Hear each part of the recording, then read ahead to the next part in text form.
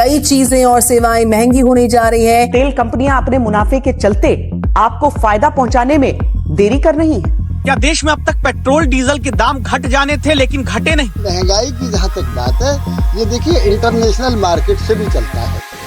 आज जिन देशों में गैस और तेल की जो सप्लाई किया करते थे, आज वह युद्ध हो रहा है, आप लोगों को भी मालूम है। इसलिए महंगाई हिंदुस्तान से ज़्यादा अन्य देशों में है। कमर्शियल एलपीजी के दाम भी आज से बढ़ रहे हैं। कमर्शियल सिलेंडर की कीमत में हुई बढ़ोतरी, आज से 21 रुपए महंगा हुआ कमर्शियल सिलेंडर। पेट्रोल और डीजल जल्द ही आपकी जेब में और आग लगाने वाले हैं। So when is the government planning to reduce the cesses on fuel? Because I mean, I go to the petrol pump and if I see triple digits for single liter, really sad. Delhi में petrol की कीमत अब 101 रुपए 81 पैसे हो चुकी है। Prices remain high across India. Ethanol blending target in petrol by 2025. आज भारत ने पेट्रोल में 10% इथेनॉल ब्लेंडिंग के लक्ष्य को प्राप्त कर लिया।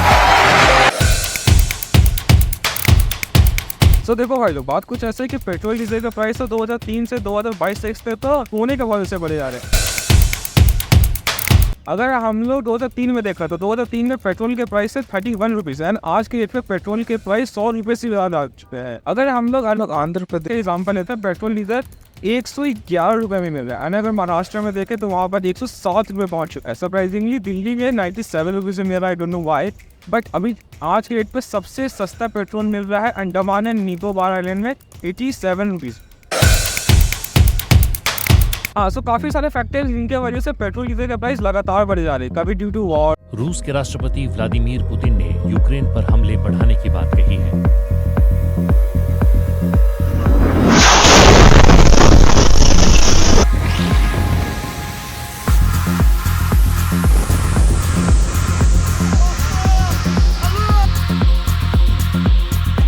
वहां की घरेलू राजनीति का शिकार हो गई। तो कभी due to COVID situation, the coronavirus, there were rumors, speculation and a lot of fear. Diesel petrol के दाम तो बढ़ रहे हैं, तो कोरोना वायरस की वजह से जो है सब मामला गड़बड़ा रहा है। The World Health Organization has just declared that this is a pandemic.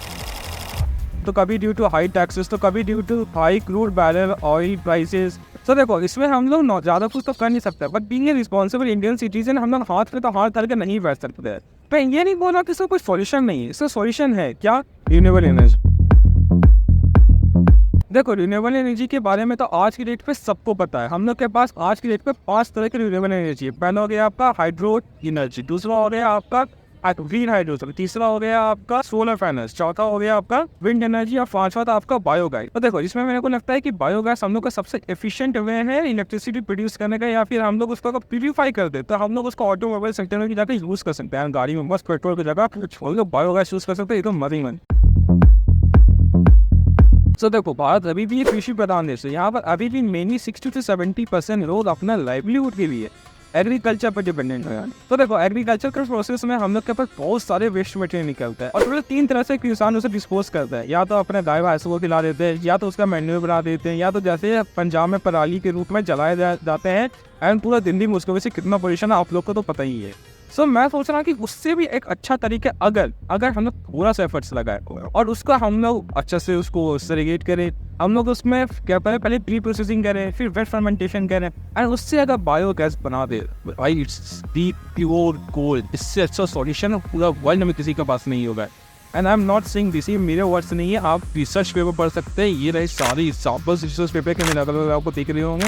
सही में रिसर्च चल रहे हैं, IIT तक में, हार्वर्ड तक में इसके रिसर्च चल रहे हैं कि biogas is the next future. तो देखो, बायोगैस यूज करने के टोटल हम लोग के पास 5 फायदे हैं। पहला तो हम लोग का पॉल्यूशन कम होगा। तो इतने भी एग्रीकल्चर वेस्ट है, हम लोगों ने उसको जलाने की जगह हम लोगों ने उसको यूज किया तो उससे पॉल्यूशन कम हुआ, हम लोग का बायोफ्यूल बना। दूसरे हम लोग का एयर पॉल्यूशन। अकेले 2018 में हम लोग पूरा इंडिया में 1048 giga metric ton methane produce हुए थे एटमॉस्फेयर में, जो कि बिल्कुल अच्छे नहीं है। लेकिन हम लोगों ने उसको क्या किया, यूज किया, बायोफ्यूल बनाए, बायोगैस बनाए, चूल्हे जलाए, गैस जलाए, ऑटोमोबाइल सेक्टर में यूज किए, फायदे ही फायदे। तीसरा हो गया हम लोग का लैंडफिल नहीं होगा, कहीं भी कचरे जमा नहीं होंगे तो उससे कोई भी नुकसान नहीं है। सो चौथा हो गया हम लोग का बायोगैस, जिससे हम लोग गैसेज जला सकते हैं, जिससे हम लोग उसको प्यूरिफाइड फॉर्म में हम लोग ऑटोमोबाइल सिस्टम में यूज़ कर सकते हैं। और पाँचवा जो हम लोग का लास्ट है वो हो गया मैन्योर। ये पूरा बायोगैस बनने के बाद जो वेस्ट मैटर बनता है उससे हम लोग नेचुरल मैन्योर बना सकते हैं, जो वापस हम लोग एग्रीकल्चर लैंड में आ सकता है एंड हम लोग को ऑर्गेनिक वेजिटेबल्स मिल सकते हैं, वो भी सस्ते रेटों में। So see the thing is that कि without having the brand rights कोई भी बंदा इस चीज़ को अच्छे से नहीं कर सकता है, लेकिन मैं चाहता हूँ कि मैं इस चीज़ को करूँ। और कैसे कर सकता हूँ मैं? देखो, मैं उतना कोई बड़ा आदमी तो है नहीं कि एकदम अंबानी की एकदम सब कुछ फ्री कर देंगे, फिर खुद का तेल का वॉक होते हैं। लेकिन but the thing is that कि मैं इसके ऊपर रिसर्च पेपर तो लिख ही सकता हूँ, ताकि इन नियर फ्यूचर आज के डेट पे भले बंदों के पास उतना रिसोर्सेज आएंगे, लेकिन ऐसे 10 साल 20 साल 30 साल या 5 साल बाद भी किसी बंदे के पास इतना नॉलेज हुआ या फिर इतने रिसोर्सेज आगे जाके फ्यूचर में आया तो उसके पास ये बहाना नहीं है कि भाई मेरे पास तो रिसोर्सेज नहीं थे, मेरे पास तो नॉलेज नहीं थे, आज से फिर हमको करना पड़ेगा इसलिए नहीं पा रहा है। तो उसके पास एक एविडेंस रहे, उसके पास एक रिसोर्सेज है जिसके मदद से वो बायोगैस ईजिली बना सके। एंड एक बार अगर बायोगैस में हम लोग 95% से ऊपर मीथेन ले आए तो सब खत्म, जितने भी पेट्रोल LPG डीजल सब फिनिश हो जाएंगे। Biogas is our energy future अनइवन गिफ्ट दे सकता। मैं क्या, बहुत सारे रिसर्च चल रहे हैं ऑल ओवर द वर्ल्ड, यहाँ तक कि IIT में भी रिसर्च चल रहे हैं जिसका मैं अपना रेफरेंस के लिए पढ़ रहा हूँ, ताकि मेरे को भी पता चलता है कि दुनिया वालों को पता चलता है भाई बायोगैस कितना एफिशिएंट है। One of the reason of making this video is, देखो भैया मैं रिसर्च कर रहा हूँ, सोचे कि चलो मैं तो पहले कर रहा हूँ, आपको लास्ट में जाके अगर कभी भगवान के देश आगे जाकर पब्लिश हुआ तो आप लोग पढ़ ही लेंगे। लेकिन हर दिन अगर आप लोग को भी अपडेट मिले तो आप लोग को भी कुछ ना कुछ तो हर दिन पूरा प्रोडक्टिव ज्ञान मिलेगा। एंड मैं भी अपना हर दिन कम से कम 1 घंटे की पढ़ाई करूँ, तो 1 घंटा प्रोडक्टिव रहेगा, आपको भी नॉलेज मिलेगा, मेरे को भी नॉलेज मिलेंगे। एंड मैं हर दिन रेगुलरली कंटिन्यूसली एक रिसर्च पेपर पढ़े तो 1 महीने में 30 रिसर्च पेपर पढ़ लेंगे तो आपको भी काफ़ी नॉलेज मिल जाएगा, मेरे वालों और मेरे को तो मिलेगा। व्यूज आए ना आए उससे फर्क नहीं पड़ता, लेकिन नॉलेज तो हम दोनों को मिलेगा।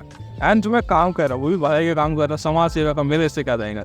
So that's the motive of making this video. I hope video अच्छा लगे, एनी सजेशन हो तो कमेंट करके जरूर बताइएगा। कल से आएंगे डेली शॉर्ट्स मेरे रोज रिसर्च पेपर पढ़ के एंड आपको एनालाइज करके बताते हुए। मिलते हैं कल या किसी और दिन, तब तक नमस्ते।